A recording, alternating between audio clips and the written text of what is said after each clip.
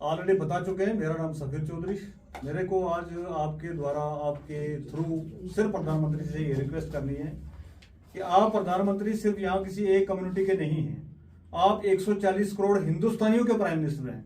और बहुत दुख से और बहुत तकलीफ महसूस हो रही है कि हमारे 140 करोड़ लोगों का प्रधानमंत्री जो है वो इस तरीके की बात करे। इसको हम कंडेम करते हैं, इसका खंडन करते हैं।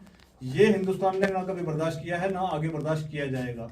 एक तरफ से शिवसेना का एक 60 साल पुराना स्लोगन जब वो किया जाता है, उस स्लोगन उन्होंने अपने इलेक्शन रैलीज में दिया तो उनको नोटिस सर्व होता है। और दूसरी तरफ खुले आम इलेक्शन कमीशन ऑफ इंडिया के जितने भी रूल्स रेगुलेशन हैं उन सब की धज्जियां उड़ा रहे हैं यहाँ के सिटिंग प्राइम मिनिस्टर। और उसके ऊपर बिल्कुल मौन बन के जो है इलेक्शन कमीशन ऑफ इंडिया बैठा हुआ है। हम आपके विश्वास से इलेक्शन कमीशन ऑफ इंडिया से कहना चाहेंगे कि पपट बन के काम ना किया जाए। आप पर डिपेंड करता है कि जो हम कहते हैं मदर ऑफ डेमोक्रेसी, तो मदर ऑफ डेमोक्रेसी को प्रोटेक्ट करना जो सबसे पहला किसी का अगर कोई काम बनता है वो इलेक्शन कमीशन ऑफ इंडिया का है, जो कि वो अपना काम नहीं कर रहा है। एक तरफ आप एक स्लोगन के लिए भी नोटिस भेज सकते हैं और दूसरी तरफ आप इतना सारा कुछ 45 मिनट का भाषण है मोदी जी का, उस पूरे भाषण को सुनने के बाद भी, इतनी सारी पिटीशंस फाइल होने के बाद, इतनी सारी एप्लीकेशंस मूव होने के बाद भी कोई एक्शन नहीं हो रहा है। ये जो है निंदनीय है। और ये जो चीज है ये हमें लग रहा है कि भाई हिंदुस्तान को कहीं और ही किसी तरफ लेके जाया जा रहा है। बहुत शुक्रिया। आप सब प्रेस बंधुओं का बहुत बहुत शुक्रिया आज यहाँ आने के लिए। और सबसे पहले तो ऑल पार्टी जितनी भी हैं इंडिया अलायंस की, वो मोदी जी जो हमारे आदरणीय प्राइम मिनिस्टर ऑफ इंडिया हैं और बहुत बड़ी कंट्री है ये, डेमोक्रेटिक कंट्री वर्ल्ड में जानी हुई, उसके चुने हुए प्राइम मिनिस्टर जिनको मैंडेट मिला है। और मैंडेट सिर्फ हिंदुओं ने नहीं दिया, उनको मैंडेट उनको सारी जातियों ने, सभी धर्म के लोगों ने मैंडेट देके जिताया है। बड़ी विडंबना है। और मैं अपने प्रेस कॉन्फ्रेंस के माध्यम से और अपनी पार्टी आम आदमी पार्टी की तरफ प्रवक्ता होने के नाते ये कंडम मैं करती हूँ जो जिस तरह की ये स्टेटमेंट आ रही है। नंबर वन, मैं आपको बताऊं, अभी थोड़े दिन पहले उन्होंने अभी जगह जगह जाके वो अपनी पार्टी के लिए वोटों की भीख तो मांग रहे हैं, पर आप जानते हैं जो लैंग्वेज वो यूज कर रहे हैं, अभी 2-3 दिन पहले उन्होंने जो लैंग्वेज यूज करी है कि ये सारे के सारे अलायंस वाले जो हैं बाद में एक दूसरे के कपड़े फाड़ेंगे, एक दूसरे के बाल नोचेंगे। और अब ये कहना हमारी बहनों से कि आपके मंगलसूत्र भी ले लेंगे, ये सोना इकट्ठा करेंगे और ये सारा हिंदुओं में बांट देंगे, बाकी जनता में बांट देंगे। बड़ी शर्म की बात है कि एक इतना बड़ा डेमोक्रेटिक कंट्री का प्राइम मिनिस्टर, जिसकी वर्ल्ड में आज अगर आप हेडलाइंस देखें तो वर्ल्ड के सारे कंट्रीज जो हैं वो थू कर रही हैं, इस लो लेवल तक प्राइम मिनिस्टर ने पहुंचा दिया है। और सबसे बड़ी बात,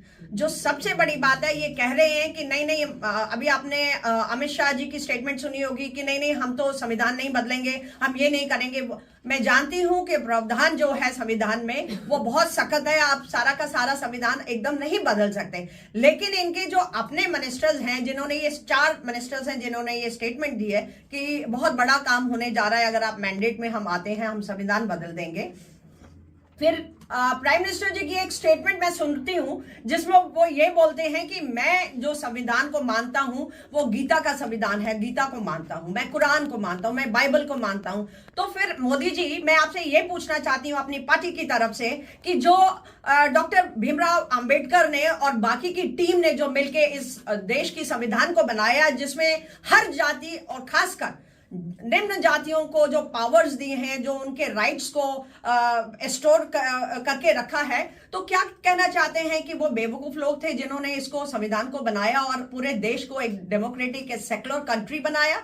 आप जिस तरीके की स्टेटमेंट देते हैं ये बहुत ही निंदनीय है, बहुत ही घटिया सोच है आपकी। और आप तो जो हैं वो हैं, लेकिन आपके माध्यम से, मीडिया के माध्यम से ये मैं आगाह करना चाहती हूँ, इवन आप prime minister of the country हैं, आप अपनी वाणी, आपकी सोच, अपनी शब्दों के ऊपर जरा कंट्रोल करके बोलें, क्योंकि ये देश आज पढ़ा लिखा है, ये देश आज समझदार हो चुका है। आप मत सोचें ये पीछे वाले लोग हैं जिनको आप 5 किलो राशन देंगे तो वो आपकी हर बात को मानने लग जाएंगे।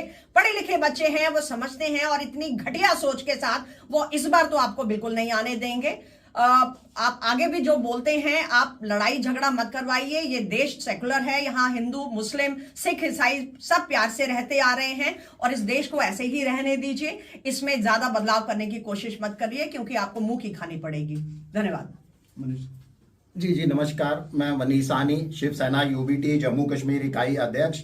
देखिए, पिछले कुछ सालों से लगातार ये देखा जा रहा है कि राजनीति का स्तर बिल्कुल निम्न स्तर पर पहुंच चुका है, लगातार गिरता जा रहा है। और स्पेशली अगर मैं सीधा सीधा बात करूं तो बीजेपी के शासनकाल के अंदर जो प्रधानमंत्री जी का पिछले 10 साल का शासनकाल रहा है, देखिए कभी रंग की बात होती है, रंग पर राजनीति होती है, कभी कपड़ों पर राजनीति होती है, तो इस बार तो उससे भी नीचे चले गए, खाने पीने पर जो है वो राजनीति इन लोगों ने शुरू कर दी। जब वो पैंतरा भी नहीं चला तो अब धर्म की राजनीति पर ये लोग वापिस उतर आए हैं, जो इनकी बहुत पहले से यही इनकी पहचान है। और वो इंतजार भी मुझे लगता है कि जनता कर रही होगी कि कब ये हिंदू सिख हिंदू मुस्लिम पर जो है राजनीति करेंगे, क्योंकि यही इनको मुद्दों की राजनीति तो आती नहीं है। देश की आजादी के अंदर इनका कोई योगदान नहीं है, मगर शायद अंग्रेजों से जाते जाते इन्होंने वो फूट डालो वाली राजनीति जो है वो सीख रखी है और उसी से जो है अपनी राजनीति चला रहे हैं। देखिए, हिंदुस्तान पहचान क्या है इसकी, तमाम उसको धर्मों का जो है गुलदस्ता कहा जाता है। आप इसकी पहचान खत्म करने के अंदर लगे हुए हैं। ये कोई हिंदूवादी भी नहीं है, ये भी मत सोचिए कि ये अगर किसी एक कौम को टारगेट कर रहे हैं तो ये हिंदुओं के सके हैं, बिल्कुल नहीं है। अभी एक आम आदमी पार्टी के भी मेरे दोस्त आपको बता रहे थे कि शिवसेना इसकी भुगत भोगी है। अरे शिवसेना ने तो आपको उस समय अपने पास बिठाया था, चलना सिखाया था, उंगली पकड़कर आगे लेके आए थे जब आपको कोई किसी पार्टी के साथ आपको कोई पार्टी अपने साथ बिठाने को तैयार नहीं थी। और आपने क्या किया शिवसेना की, वही पीठ के अंदर छुरा घोंपा। यानी इनके मुंह में राम, बगल में छुरी लेकर ये लोग घूमते हैं।